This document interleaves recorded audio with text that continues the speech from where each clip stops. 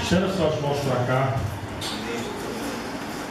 Ó Deus, muito obrigado por tudo que tens falado conosco através de louvores e orações. Tenho a certeza, Pai, que tens falado a corações aqui. Agora eu te peço, Pai, para que mentes e corações estejam cativos aqui nesse momento e que a tua palavra venha de encontro, Pai, à tua igreja, Pai. Use o teu servo como instrumento poderoso em tuas mãos, em nome de Jesus. Amém. Amém. A paz do Senhor, igreja. Amém? Amém. Vamos ganhar tempo. Pegue sua Bíblia, abre Tiago, capítulo 1. Tiago, capítulo 1, a partir do verso 1. Nós vamos ler até o versículo 5. Louvado seja Deus por essa oportunidade de ministrar aqui no aniversário do nosso pastor presidente. É uma honra estar aqui servindo a mesa do Senhor e servindo você através da palavra de Deus nessa noite. Irmãos, a palavra que eu tenho hoje é muito prática, porque a carta de Tiago, ela fala da prática cristã. Quando você lê os 5 capítulos da carta de Tiago, você percebe que Tiago, ele não é só um escritor. Tiago, ele também é um pregador que te chama a viver genuinamente o Evangelho de Deus. Então é uma carta muito especial para os dias de hoje, para a nossa prática diária cristã, para o bom convívio, para a saúde espiritual da igreja. Então é uma carta muito importante para você ler, para você fazer um devocional na semana, para você ler um capítulo por dia, para você estudar, para você assimilar tudo que Tiago nos ensina. Então nós vamos nos ater ao capítulo 1, do versículo 1 ao versículo 5, que nós vamos desenvolver a nossa mensagem em cima desses 5 versículos. Porém, nós vamos fazer um panorama dentro da palavra de Deus e vamos abordar alguns temas que Tiago também nos traz, que vão ser importantes para nós nessa noite. Amém? Então, Tiago, capítulo 1, a partir do verso 1, quem achou, diga amém. Amém. Diz assim: Tiago, servo de Deus e do Senhor Jesus Cristo, as 12 tribos que andam dispersas, saudação. E ele continua dizendo: meus irmãos, tende grande gozo ou grande alegria quando cairdes em várias provações, sabendo que a prova da vossa fé produz a paciência. Tenha, porém, a paciência a sua obra perfeita, para que sejais perfeitos. Entenda uma coisa, essa palavra que Tiago usa, perfeitos, no grego é teleios, ou teleios, que quer dizer maduro. Então ele está dizendo, tenha, porém, versículo 4, a paciência a sua obra perfeita, para que sejais maduros e completos, sem faltar em coisa alguma. E se algum de vós tem falta de sabedoria, peça a Deus, que a todos dá liberalmente e não o lança em rosto, e seria dado. Vamos fechar no versículo 6. Peça, porém, com fé, não duvidando, porque quem duvida é semelhante à onda do mar, que é levado pelo vento e lançado de uma parte para outra. Não pense tal homem que receberá do Senhor alguma coisa. Você pode dar um glória a Deus por essa palavra? Glória a Jesus. Meus irmãos, como eu disse, a carta de Tiago é uma carta muito prática. Tiago vai abordar algumas questões importantes a respeito da igreja. E quando Tiago está escrevendo, você percebe que no versículo 1 ele diz: Tiago, servo de Deus e do Senhor Jesus Cristo, as 12 tribos que estão dispersas. A carta de Tiago está sendo endereçada a judeus cristãos, judeus que foram convertidos ao cristianismo.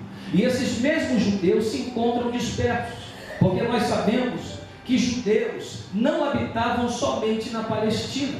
Haviam judeus em toda Roma, haviam judeus na Grécia, haviam judeus em Atenas, haviam judeus na Síria. Os judeus estavam espalhados como semente por todas as nações. Então, quando Tiago está escrevendo, ele está direcionando a esses judeus que se convertem ao cristianismo e que estão espalhados por todas as áreas ou por todo o mundo. Então, essa carta é uma carta circular. Ela não é uma carta diretiva a um lugar específico. Ele está direcionando a todos os cristãos. Tiago aborda alguns temas importantes nessa carta. O primeiro tema abordado por ele está no capítulo 1, versículo 18, que ele diz: segundo a tua vontade, ele nos gerou pela palavra da verdade, para que fôssemos como primícias das suas criaturas. Então o primeiro tema que ele está abordando, que é de suma importância, é novo nascimento. Ele está dizendo: nós fomos gerados pela palavra de Deus. Assim como diz em 1 Pedro, capítulo 1, versículo 23, em que ele diz que nós fomos gerados não pela semente corruptível, mas pela incorruptível palavra de Deus. E nós sabemos, para que haja um novo nascimento, em que Jesus fala em João capítulo 3 a Nicodemos, um homem que era versado nas Escrituras, um homem que era doutor da lei, chega diante de Jesus e Jesus diz a ele: para que você entre no reino, para que você veja o reino, é necessário nascer de novo. E quando Jesus fala de novo nascimento, a palavra novo nascimento quer dizer nascer do alto. Então não é uma inclinação e um desejo do coração do homem de decidir nascer de novo. É uma ação que vem do alto, do Espírito Santo sobre você. É o que a palavra de Deus chama de regeneração. Em Tito, se eu não me engano, capítulo 3, versículo 5, fala sobre a lavagem da regeneração. Então existe uma ação conjunta para que haja um novo nascimento. A ação do Espírito e a ação da palavra. Porque ele diz que nós nascemos da água e do Espírito. E quando ele fala da água, ele está se relacionando à palavra. E quando ele fala do Espírito, se relaciona ao Espírito Santo. Assim como é necessário para que nasça um bebê, a união de um pai e de uma mãe, é necessário a ação completa da palavra e do Espírito Santo na sua vida. Assim Deus vai regenerar você por dentro, vai te trazer um novo nascimento e você vai começar a despertar as características do atributo de Cristo. E quais são as características do atributo de Cristo? Está descrita por Paulo lá na carta aos Gálatas, que ele fala do fruto do Espírito: mansidão, longanimidade, temperança, domínio próprio e por aí vai. Então quando você nasce de novo, você recebe o DNA do Espírito Santo. Quando você nasce de novo, você é engendrado no ventre do Espírito, e a partir desse momento você desperta a semelhança com o Pai, e você, como filho, passa a fazer o que vê o Pai fazendo. Então o novo nascimento é importante para todos que professam o cristianismo como regra de fé. Então ele aborda esse primeiro tema, e ele continua desenvolvendo e falando sobre crescimento. Mas o tema mais importante da carta de Tiago é a maturidade espiritual. Quando ele fala de maturidade espiritual, ele fala de algo importante, porque os problemas estão acontecendo, porque Tiago fala de problema da língua, Tiago fala de problema de guerras que estão acontecendo dentro da congregação. Tiago fala de problemas em que muitos professavam a fé, mas era uma fé morta que não tinha obras. Então Tiago vai abordando temas importantes. E quando Tiago aborda esses temas, ele traz a importância de nós aprendermos que quando nós amadurecemos espiritualmente, problemas como esses são muito difíceis de acontecer no nosso meio, porque somos uma igreja madura. Então entenda uma coisa: muitas congregações são a extensão de um pátio de recreação para muitas crianças se divertirem. Poucas congregações são lugares de verdadeiro trabalho, de entendimento do que está sendo dito no altar e de transformação de caráter. Então devemos aprender uma coisa: para viver a vida cristã, precisamos amadurecer espiritualmente. Então Tiago capítulo 1, no versículo 1, ele está dizendo: Tiago, servo de Deus e do Senhor Jesus Cristo. Quem é esse Tiago? A Bíblia fala de alguns Tiagos. A Bíblia fala de Tiago, filho de Zebedeu, irmão de João. A Bíblia também fala de Tiago, filho de Alfeu, que também foi um discípulo de Cristo. Mas o Tiago que está escrevendo essa carta é Tiago, o irmão do Senhor. João capítulo 7, a partir do seu versículo 5, diz a Bíblia que os seus irmãos não criam em Jesus. E quando falamos de irmãos, falamos de Tiago, falamos de Judas, falamos de Simão. Esses eram irmãos de Jesus, porque também eram filhos de Maria. Então entenda uma coisa: João está dizendo que da casa de Jesus, aqueles que congregavam com Jesus na sua vida, na sua infância, não acreditavam no seu ministério. Tiago era um deles. Percebe uma coisa: Jesus nasceu, Jesus cresceu, com 12 anos ele está cumprindo o ofício para o qual foi chamado, e isso assusta muita gente, porque uma criança de 12 anos está sentando com doutores e mestres da lei e também está expondo a sua opinião da Torá. Jesus surpreendia muitos com a sua idade de 12 anos. Imagino que dentro de casa Jesus era visto como um menino prodígio da família, porque era um homem entendido e versado na palavra, mas mesmo assim os seus irmãos não davam credibilidade ao seu ministério. Aí, para nós lermos a carta de Tiago, nós vemos uma transição na vida desse homem, de incrédulo ao homem agora que está dizendo: eu sou servo de Deus e servo do Senhor Jesus. A palavra servo no grego é doulos. Ele está dizendo: eu sou escravo de Deus e escravo do Senhor Jesus, o mesmo que era desacreditado por ele. O que fez Tiago viver uma fé genuína no Cristo ressurreto? Qual foi essa transformação que tirou Tiago do berço da incredulidade e levou ele para uma fé genuína? Nós percebemos que Paulo nos diz, lá em 1 Coríntios capítulo 15, versículo 7, que depois da ressurreição de Jesus, ele aparece a mais de 500 testemunhas. E Paulo, ele é muito enfático em dizer, além de aparecer a mais de 500 testemunhas, apareceu ao seu irmão Tiago. Diz a tradição judaica que depois da crucificação de Jesus, Tiago começa um jejum. E ele diz que começa esse jejum por uma indignação com a crucificação do seu irmão. Só que o jejum só durou 3 dias, porque quando ele começa o jejum, ao terceiro dia Cristo ressuscitou, e ele aparece a mais de 500 testemunhas, e ele vai diante de Tiago, testificando a palavra que ele havia dito aos discípulos, que ao terceiro dia o Filho do Homem haveria de ressuscitar. Ali começa uma transformação no coração de Tiago. Tiago já não é mais o mesmo. A transformação foi tão tremenda na vida de Tiago, que você vê ele no capítulo 15 de Atos, presidindo o concílio de Jerusalém. Paulo e Barnabé estão pregando o Evangelho. Eles retornam das suas viagens missionárias e vão a Jerusalém, porque a igreja mãe era a igreja de Jerusalém. Quem eram as colunas da igreja de Jerusalém, como diz em Gálatas 2:9? João, Tiago e Pedro. Quando eles vão a Jerusalém, fariseus, Paulo, Barnabé, Tiago e os apóstolos se reúnem para tratar de uma questão importantíssima. O que estavam tratando? A respeito da graça. Uma transição de sair da lei para o tempo da graça. Perceba como era um tempo difícil, porque uma história fora construída por séculos. Então eles estavam adaptados a sacrifícios, estavam adaptados a viver por lei, e de repente vem o Evangelho genuíno de Jesus falando de graça, falando que para receber a salvação não era necessário fazer nada, somente por fé recebê-la. Então isso traz muita confusão no seio da religião judaica. E aí quando Paulo está expondo publicamente, dizendo, nas viagens missionárias, muitos gentios se converteram ao Evangelho de Cristo, e não foi necessário que se passasse pela circuncisão. E aí eles começam a debater teologicamente. Pedro se levanta e dá a sua opinião, concordando com Paulo, mas a última palavra vem de Tiago. Depois que todos conseguiram expor a sua opinião, Tiago se levanta e Tiago dá o veredito final. Tiago diz: salvação não é pela lei, salvação não é pelas obras, salvação é mediante a graça do Senhor Jesus. E boa é esta palavra que vocês colocaram aqui.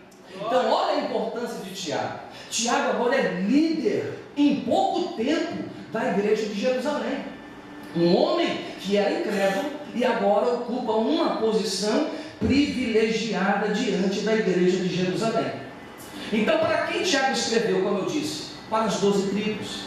Tiago está direcionando aos seus patrícios, aos judeus da sua pátria que estão dispersos. Mas esses judeus estão dispersos, mas estão cultuando a Deus nas suas sinagogas. Eles estão se ajuntando para adorar a Deus. E quando adoram Deus, estão reunidos em nome de Cristo. E por estarem reunidos em nome de Cristo, ele percebe que alguns problemas estão se infiltrando na igreja. Então Tiago, que tem autoridade para dizer, começa a repreendê-los na palavra. Então você vai perceber, nós vamos desenvolver a mensagem, você vai entender onde eu quero chegar. Vamos lá. Por que Tiago escreveu essa carta? Primeiro, para resolver alguns problemas. Primeiro, alguns problemas eu vou te apresentar que aconteciam no ajuntamento de judeus cristãos. Primeiro problema, eles estavam passando por duras provações. Por isso ele começa a sua carta falando: tende alegria quando vocês passarem por várias provações, sabendo que a provação está gerando em vocês perseverança, está gerando em vocês paciência, e essa paciência tem a sua obra perfeita, para que vocês sejam maduros e completos.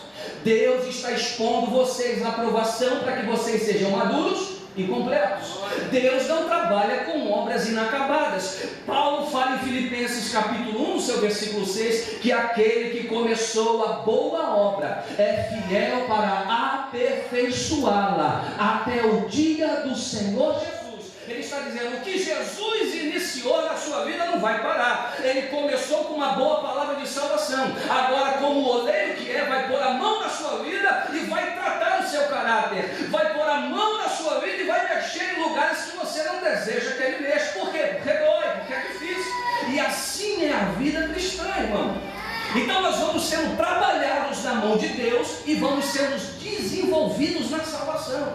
Então vamos lá. Primeiro problema, estavam passando por duras provações. Segundo, eles estavam sendo tentados a pecar. Tiago faz uma diferenciação importante aqui. Ele fala o que é provação e o que é tentação. Mas lá na frente eu vou falar isso com você. Alguns crentes estavam sendo humilhados pelos ricos, enquanto outros estavam sendo roubados pelos ricos. Lá no capítulo 2, ele começa dizendo: vocês não têm uma fé no Senhor Jesus Cristo em acepção de pessoas. Quando entrar alguém com anel de ouro, com boas vestes, e também entrar alguém com vestes sórdidas, sujo, maltrapilho, não exerça a ideia de honrar aquele que vem com ouro, com vestes belas, e desprezar o humilhado. E ele está dizendo: não tenha fé em Jesus por acepção de pessoas. E o quarto problema, alguns membros da igreja estavam buscando posições de liderança. Se você ler lá no capítulo 3 de Tiago, versículo 1, ele diz: meus irmãos, muitos de vós não sejam mestres, sabendo que receberemos mais duro juízo. Ele não está dizendo que tem problema em ser mestre. Ele está dizendo: faça a conta, calcule o preço. Você quer ensinar? Você quer subir a tribuna e ser mestre? Você quer ensinar a multidão? Entenda uma coisa: o duro juízo será maior sobre você do que os que te ouvem, porque você tem o poder da comunicação. Você conduz uma geração para o céu ou para o inferno.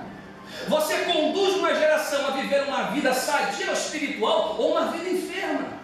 Então ele está dizendo: você quer ser mestre? Cuidado, pense no que você está dizendo, porque se você quer ser mestre, o juízo de Deus será mais duro, mais rigoroso com você. Então não pense você que é luxo subir aqui em cima e ensinar a palavra. Não, o duro juízo será maior sobre mim do que você que está aí sentado ouvindo, porque Deus vai me cobrar a cada palavra que está sendo dita do altar. Então há um temor e um tremor no nosso coração de subir aqui e ensinar. É por isso que toda vez que a gente sai desse banco e assume a tribuna, as pernas tremem. Há um gelo aqui dentro, irmão, que não para. Aí você fala: eu já faço isso há tanto tempo, por que isso não para? É porque o temor de Deus está todo dia te mostrando o tamanho da responsabilidade que está aqui em cima. Aí tem gente que diz: bom é pregar, bom é pegar o microfone. Quem disse? Maior juízo virá sobre nós. A partir de hoje tem gente que vai pensar duas vezes para pegar o microfone, vai falar: Senhor, acerta a minha vida, acerta meu relógio, para depois pegar aquele microfone. Então, irmão, eu não escolhi ser pastor, foi Deus que me escolheu. Eu podia escolher qualquer outra coisa para a minha vida, menos estar aqui no altar te ensinando. Sabe por quê? Dá trabalho. E aí, às vezes eu paro para pensar: dá trabalho ensinar, dá trabalho viver. Primeiro eu vivo, depois eu ensino. Essa noite, dormi 5 horas da manhã, 5 e pouca da manhã, o galo cantou. Falei: Jesus, tem evangelismo de manhã, eu preciso dormir. E aí fui dormir 5 e pouca da manhã, daqui a pouco o relógio despertou, 8h20, tem que evangelizar. Irmão, eu estou aqui só a graça, mas eu entendi a responsabilidade de subir aqui e trazer um alimento sólido para a tua vida, para ver você prosperar na segunda, prosperar na terça, prosperar na quarta. Eu não vim aqui te trazer um embelezamento de conhecimento bíblico, eu vim aqui ver a tua vida ser transformada e ter o prazer de você dizer para para mim: Deus mudou a minha vida por aquela palavra que você disse. Isso é o sustento e o alimento do nosso ministério. É isso que me faz prevalecer diante das tribulações, porque são muitas, como a diaconisa Luciana disse. Tem hora que dá vontade de parar, tem hora que dá vontade de recuar e dizer: eu não quero mais isso. Porque subir aqui e falar é ser exposto à multidão. E as pessoas te apontarem e dizer: eu te conheço, você não falou comigo, você não fez isso. Então é ser muito exposto, é muita exposição. Mas Deus disse: levanta-te, Jeremias, porque eu te coloquei como cidade forte, coluna de ferro e muralha de bronze. Você vai pregar, você vai prevalecer diante das perseguições. Jeremias quase abandonou tudo. Capítulo 20 ele diz: Senhor, tu me iludiste, iludido eu fiquei. Senhor, mais forte tu foste do que eu, não falarei mais em teu nome, vírgula. É um momento de crise do profeta, é a depressão, como foi dito aqui. É o momento que você quer se esconder de tudo, você não quer mais ver gente. Aí Deus vai lá no quarto, ou vai lá no pé de cima que você encontrou e está ali em depressão. Ele leva pão, ele leva água, e ele fala: coma do pão, porque pão é alimento, o pão é a minha palavra. Beba da água, porque água é o meu espírito. Então, na ação da palavra e do espírito, eu levanto você dessa depressão. Oh glória! E Deus te sustenta, e você vai caminhando mais uma milha. E é assim que é a vida cristã. Quinto problema: alguns crentes estavam falhando em viver o que pregavam. Tiago capítulo 1 versículo 22, ele diz: e sede cumpridores da palavra, e não somente ouvintes, enganando-vos a vós mesmos. Ele está dizendo: tem um problema, vocês são bons a ouvir, mas são lentos a praticar. Vocês até ouvem bastante. Obesidade espiritual. O que é obesidade espiritual? Fazendo uma analogia para a obesidade, como eu faço para ser uma pessoa obesa, estar acima do peso? Eu tenho que comer. Então, quanto mais eu como, mais eu estou ingerindo caloria.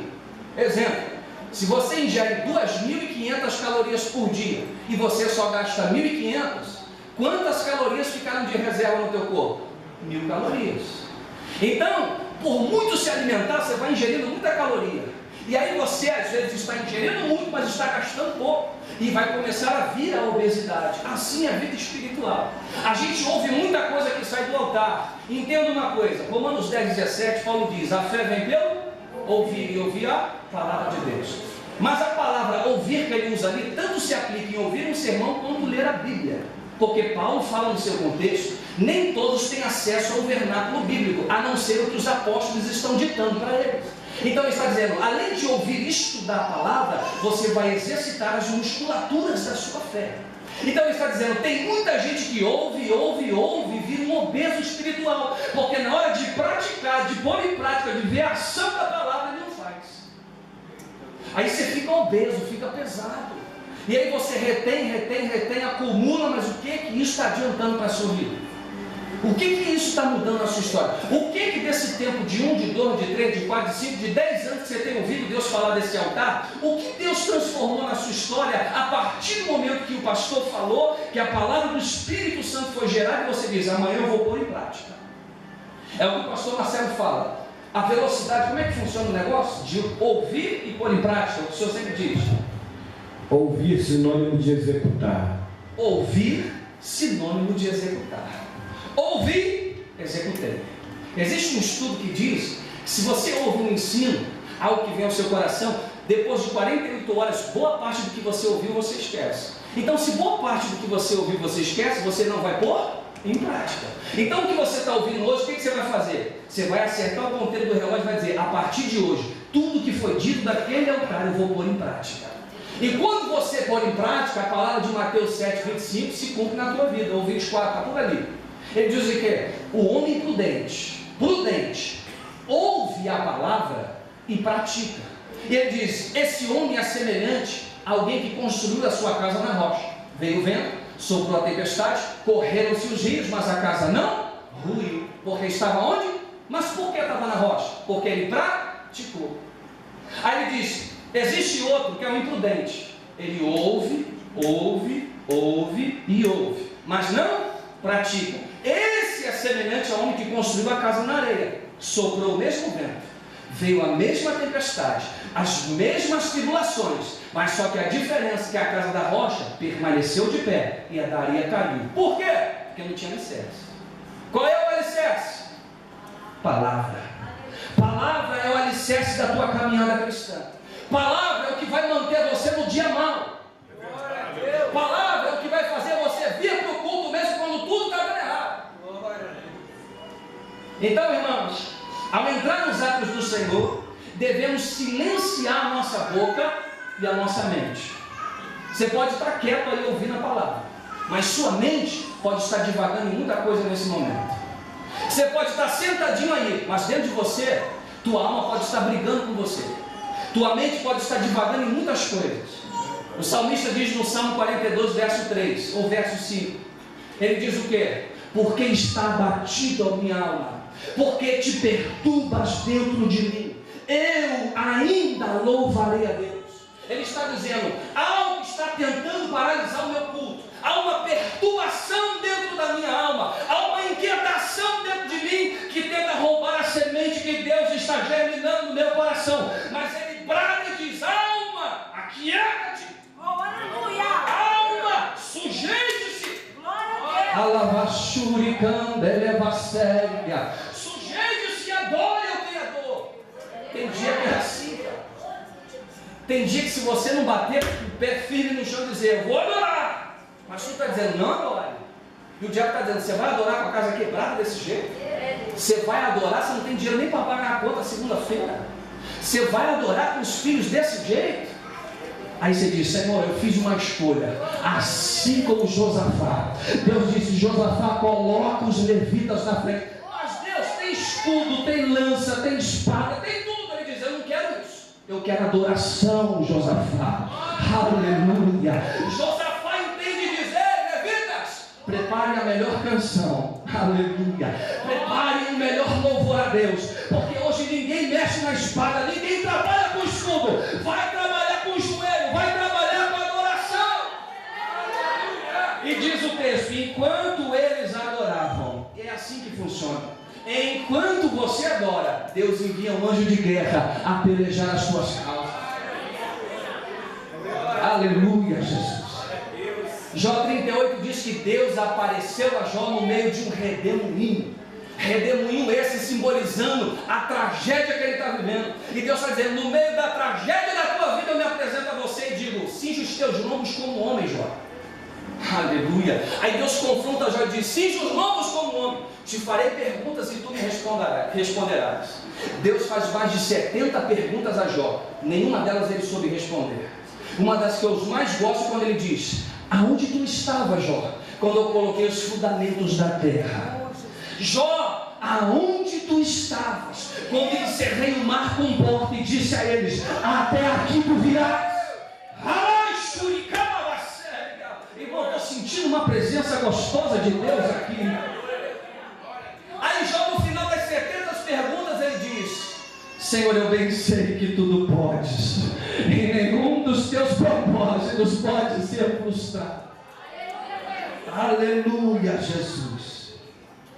Hebreus capítulo 5, versículo 11. Agora eu preciso que você leia comigo. Pegue sua Bíblia, volte algumas páginas. Você está no capítulo 1 de Tiago. Hebreus é um livro antes. Você vai em Hebreus capítulo 5, porque isso aqui é muito forte. Eu vou esperar você, porque a gente tem que ler junto. Hoje já botaram até aqui, ó. Olha que coisa tremenda. Olha aqui, vou até ler aqui no telão. Olha isso. O capítulo 5 de Hebreus, no versículo 12, olha o que o escritor, a carta aos Hebreus está dizendo. Preste atenção. Se quiser, olhe para cá. Do qual muito temos que dizer, vírgula. O que ele está dizendo? Ele começa, o escritor, no capítulo 4 e no capítulo 5, falando sobre o sacerdócio de Cristo. Então ele fala, Cristo, ele é sumo sacerdote segundo a ordem de Melquisedeque. Ele começa a trazer uma teologia refinada, falando para judeus que entendem da lei, entendem do sacerdócio. Porém, ele está transferindo a Jesus o sumo sacerdócio. E ele começa a dizer que esse mesmo sumo sacerdote aprendeu a obediência pelo que padeceu. Então ele está trazendo um conteúdo teológico fortíssimo. Ele está dando uma feijoada espiritual para a congregação. Agora ele vai fazer uma pausa. Ele começa lá no capítulo 4, ele vem falando, pregando, e o conteúdo é forte, é algo profundo. Quando ele começa a pregar, ele dá uma pausa aqui no versículo 11, ele diz: do qual muito temos que dizer. O que ele está dizendo? Tem muito mais coisa para dizer, tem muito mais conteúdo, muito mais profundidade, muito mais revelação de Deus a dizer a vocês. Aí continua: de difícil interpretação. Mas por que de difícil interpretação? Porquanto vos fizeste negligente. No grego quer dizer preguiçosos. Por que é difícil de entender o que eu estou dizendo a vocês? Porque vocês são preguiçosos para ouvir. Eita, era a hora que você dava glória a Deus. Ele está dizendo: eu tenho muito mais conteúdo para trazer para vocês, mas vocês são preguiçosos. De que forma? Vocês não se interessam pelo que está sendo dito. Se eu dissesse aqui, pega a chave, pega carro, pega a casa, você estava assim: ei! Aí porque eu estou falando da profundidade, da riqueza da palavra, tem gente com preguiça de pensar. É por isso que tem um livro que eu estou lendo, muito bom, de John Stott, que ele diz: crer é também pensar. A gente tem preguiça de pensar, a gente quer o alimento processado, mastigado, pronto. Você sabe que a Bíblia fala de leite espiritual e de alimento sólido. Qual é a diferença entre eles? Eu vou te dizer.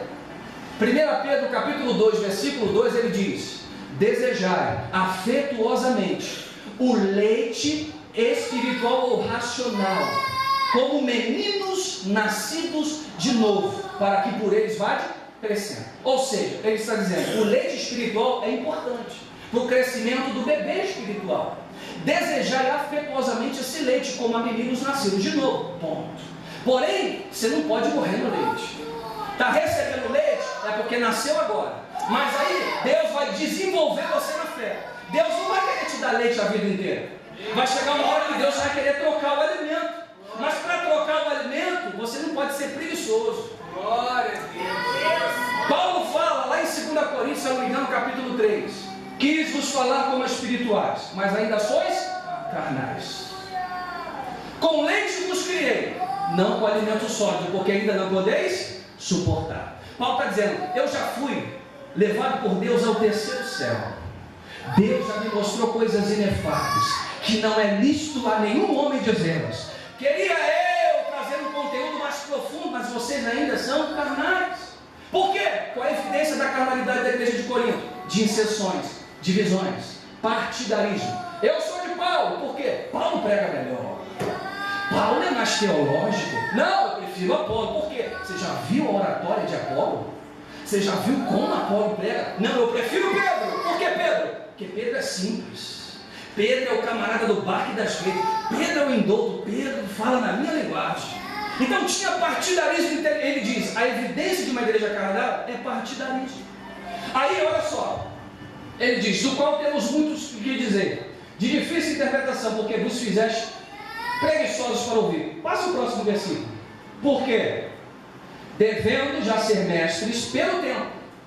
Ou seja, pelo tempo que vocês estão convertidos, vocês já deveriam ser doutores, mestres, professores de escola bíblica dominical. Mas, ele diz, ainda necessitais de que vos se torne a ensinar quais sejam os primeiros rudimentos. A palavra no grego, primeiros rudimentos, rudimentos no grego quer dizer o quê? Está relacionado ao alfabeto grego. O que ele está dizendo?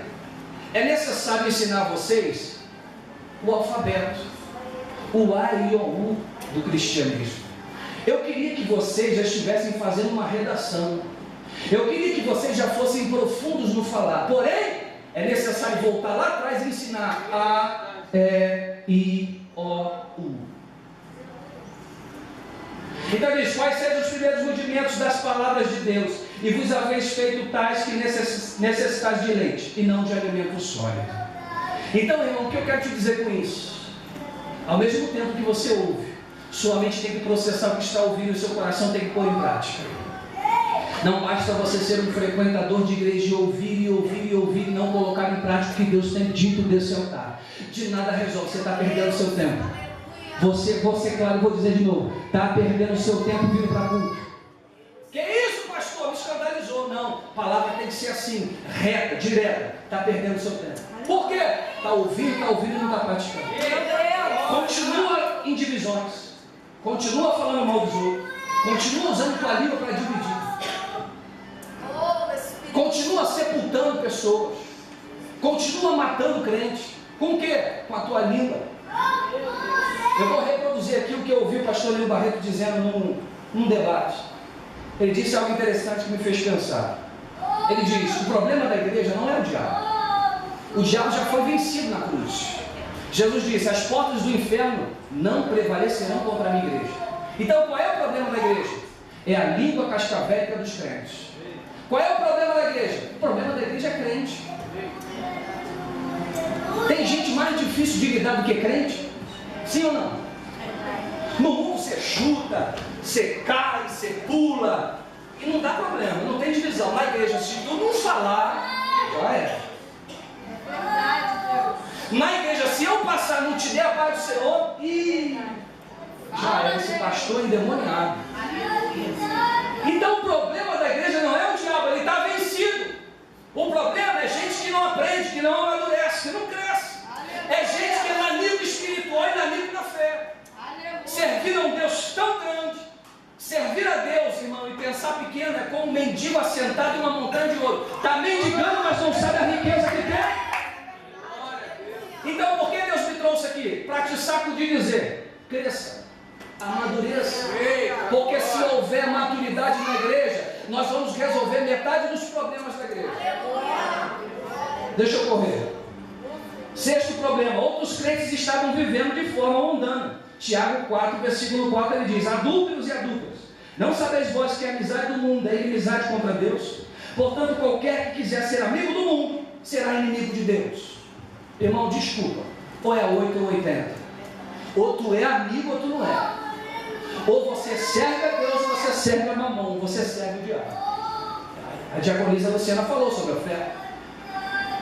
Posso dar só uma pitadinha aí, só jogar um salzinho, só um tempero? Se você é amigo de Deus, a evidência da sua amizade é que você vive santidade, você é fiel, você anela pelas coisas do céu e você é dizimista. Ah não, eu sou amigo de Deus só em partes. Então você não é amigo, é ou não é? Então a evidência da amizade é a fidelidade. Você é fiel a Deus. Nada rouba a tua fidelidade. Nem o salário baixo que você recebeu no mês, e foi difícil dar um dízimo, mas você disse: eu sou amigo de Deus, eu vivo por fé e não por vício. Quando você retém o dízimo, você está dizendo o quê? Deus é insuficiente, Ele não pode suprir minhas necessidades, se eu der vai faltar. Aí Deus diz assim: como que eu vou cumprir na tua vida as promessas, se nas coisas pequenas tu não é fiel? Aí você diz: Senhor, eu quero coisas grandes, eu quero os montes, eu quero isso. Deus está dizendo: você não consegue ser fiel nas coisas mínimas. Deixa eu correr, irmão, dá uma glória a Deus aí. Sétimo ponto: outros não conseguiram dominar a língua. Oh Jesus. Tiago capítulo 3, versículo 2 e 3, ele diz: porque todos tropeçamos em muitas coisas. Se alguém não tropeça em palavra, o tal varão é perfeito e poderoso para também refrear todo o corpo. Ora, nós pomos freio na boca dos cavalos para que nos obedeçam e conseguimos dirigir todo o seu corpo. Tiago está fazendo uma analogia da língua. Todo o capítulo 3 de Tiago, ele fala sobre a língua. E ele continua dizendo que a língua, ela é um fogo. Ela tem o poder de incendiar uma floresta. Ele continua dizendo, lá no capítulo 1, no seu final, que aquele que cuida ser religioso e não refreia a sua boca ou a sua língua, a religião desse é vã.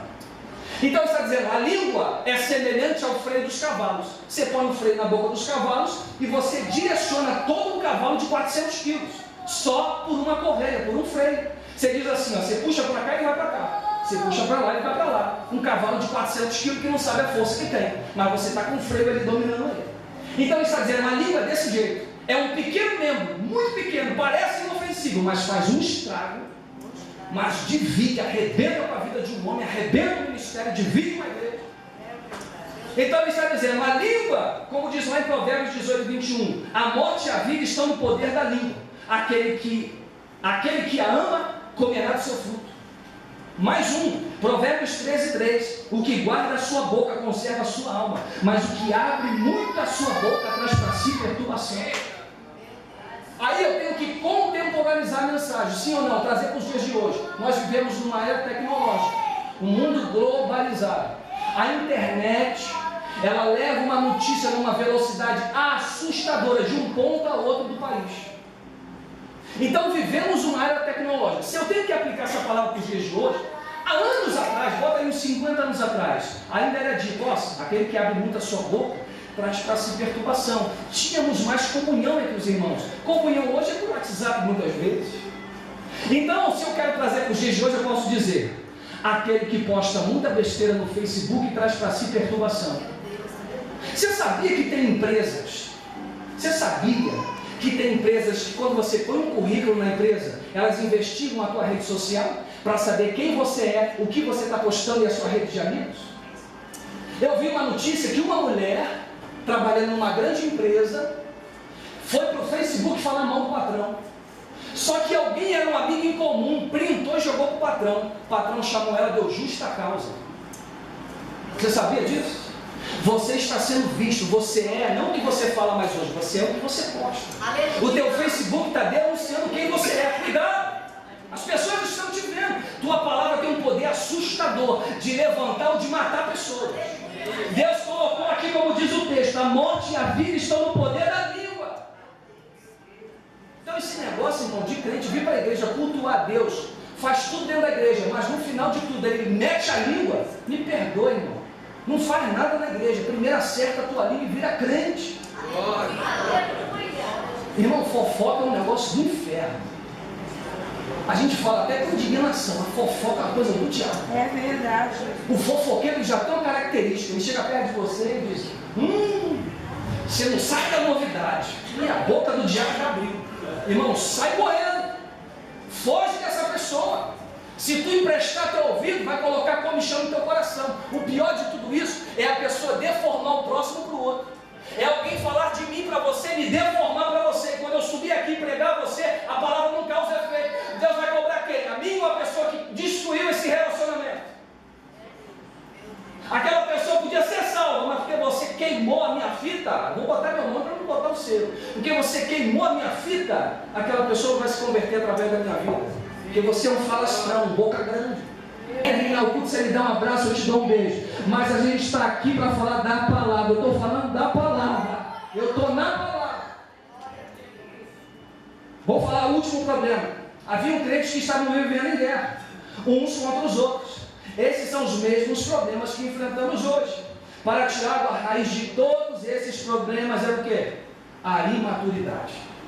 Tudo isso acontecia porque era um bando de meninos congregando e falando de Jesus. É um monte de gente dizendo, eu quero conhecer Jesus. Como que eu conheço Jesus, irmão? Na palavra. Se você não lê a palavra, você não vai conhecer Jesus, por mais que seja poético o teu louvor. Então o louvor que mais se canta hoje, eu quero conhecer Jesus, não é assim? E aí você para para a pessoa e pergunta, e aí? Como é que se dá a salvação? O que é cruz? O que é justificação? O que é expiação? O que é propiciação? Não sei. E você ainda diz que professa fé em Jesus? Mas por que você não sabe? Não, isso é só o pastor que tem que saber. Não, irmão, todo cristão tem que saber disso. Todo cristão tem que se mergulhar na palavra e aprender a palavra. Deus deu acesso a você, Ele te deu o Espírito Santo. Espírito Santo é o autor que trabalha junto com você quando você está lendo o livro. E Ele vai iluminar os olhos do seu entendimento e vai trazer para você profundidade espiritual. Posso correr para o fim, irmão? Tenho 5 minutos para terminar. Mateus 5,43, eu vou correr aqui. Mateus 5,43, versículo 43 e 44, Jesus fala algo importante do Sermão do Monte. Ele diz assim, ouviste o que foi dito, amarás o teu próximo e odiarás o teu inimigo. Eu, porém, vos digo, amai os vossos inimigos, bendizei os que vos maldizem, fazei bem aos que vos odeiam, orai pelos que vos maltratam. Irmão, é fácil isso? Você não diz que é fácil não que eu vou aí. Não é fácil não, irmão. É difícil orar por Saul. Saul está querendo te matar, e Deus está dizendo, dobra o teu joelho e ora por Saul. Não ora, não, faz jejum por ele, para Deus abençoar ele. Mas Senhor, está maldizendo a minha vida, mas você vai bem dizer. Olha isso. Orai pelos que vos maltratam e vos perseguem, para que sejais filhos do vosso Pai. Aqui ele mata com chave de ouro, pastor Paulo. Ele começa a descrever tudo que é muito difícil, mas ele diz, por que vocês vão fazer tudo isso? Porque vocês são filhos. Mas a palavra filhos aqui que ele usa no grego é ruiós. A palavra ruiós quer dizer filhos maduros. Ele está dizendo, você só ora pelos inimigos, ora pelos que perseguem você, bendiz o que amaldiçoa quando você é um filho maduro, quando você não vive mais pela emoção, quando você vive pela razão da palavra. Porque gente que vive na emoção é menino espiritual, tudo dói, tudo é difícil, tudo magoa, tudo divide. Crente que ama. Irmão, você já viu? Quem tem filho aqui faz assim? Bastante gente. Você já repreendeu o teu filho? Quando você repreende teu filho, ele fala assim: ô Glória, eu te amo, mamãe. Pai, você é uma bênção. Ou ele sai chutando pedra, com aquela cara feia, sai batendo bola. Sabe por quê? Porque crianças não gostam de ser repreendidas. Adultos, quando são repreendidos, ele faz assim: obrigado pela tua vida, louvado seja Deus pela tua vida, porque você abriu os meus olhos, porque tinha um buraco logo à frente que eu poderia cair, porque eu estava cego. Então pessoas adultas não reclamam da repreensão, elas amam a repreensão, elas anelam pelo crescimento. E crescimento, irmão, não é com papinha. Crescimento é difícil, é processos árduos, é sair da zona de conforto, irmão. Ô glória! Aí eu vou correr para o fim ali, ó, 5 minutos para eu terminar. Aí Tiago diz aqui, ó, pega o texto comigo, Tiago capítulo 1, versículo 2. Ele diz: meus irmãos, tende grande alegria ao cair em várias tentações. Tentações não, provações. Ele faz uma diferenciação, o que é provação, o que é tentação. Ele está dizendo o seguinte: provação vem de Deus, para quê? Para o aperfeiçoamento, claro. Ele está dizendo, provação vem para dilatar a tua fé, vem para amadurecer a tua fé, trazer crescimento espiritual. E a tentação? Ele diz: não diga que de Deus você é tentado, porque Deus não pode ser tentado pelo mal e a ninguém tenta. Deixa eu ler para o texto aqui, ó. Ninguém tentado diga, de Deus sou tentado, porque Deus não pode ser tentado pelo mal e a ninguém tenta, porque ele já fechou a conta. Ele diz, não é Deus que está te tentando. Tentação é o quê? É oriunda da concupiscência da sua natureza caída. A palavra concupiscência quer dizer de desejos desenfreados. Então nós somos atraídos, diz Tiago, e engodados pelo desejo dessa natureza. É por isso que esse velho homem você tem que sepultar ele todo dia. Não dá para brincar com essa natureza. Tiago diz: Timóteo, foge dos desejos da tua mocidade. Ele não diz: Timóteo, bate de frente com os desejos da mocidade que Deus vai prevalecer. Não, ele diz: sujeitai-vos a Deus. Tiago diz: resistir o diabo, ele foge, mas a tua inclinação pecaminosa foge. Se colocou numa situação de tentação, irmão, mete o pé, sai fora, porque senão, se você brincar que nem Sansão, vai cair. Então nós somos atraídos por esse coração corrupto. Então todo dia você pega esse velho homem, sepulta ele bem fundo, numa cova bem funda, não pode ser nada. Agora, para de ler, para de orar, para de meditar, para de congregar, para de ouvir o que Deus tem para você, para tu ver só o que vai acontecer. Você vai dar vazão aos desejos mais sórdidos do seu coração. Mateus 15, ele diz aqui: do coração do homem procede adultério, fornicação, prostituição, mentira, engano, tudo isso. Aí você diz: tem alguma coisa boa no meu coração? Irmão, não tem. Se não for o Espírito Santo para me ajudar, se não for o Espírito Santo para me dar a mão, me levantar, irmão, eu vou cair. Então ele diz aqui: meus irmãos, tende grande alegria quando vocês passarem por provações. Ele não está dizendo, ó, vocês talvez passem por provações, ou quando vocês passarem por provações, estejam felizes. Ele não diz isso. Ele diz: a provação vai chegar, e quando ela chegar, eu sei que é difícil, eu sei que uma porta pode se fechar, eu sei que a noite pode ser escura, mas entenda uma coisa: esteja feliz, se sinta privilegiado, se sinta feliz em passar por provações. Por quê? Porque quando você está feliz mediante as provações que Deus envia, é porque você entende para o que as provações servem.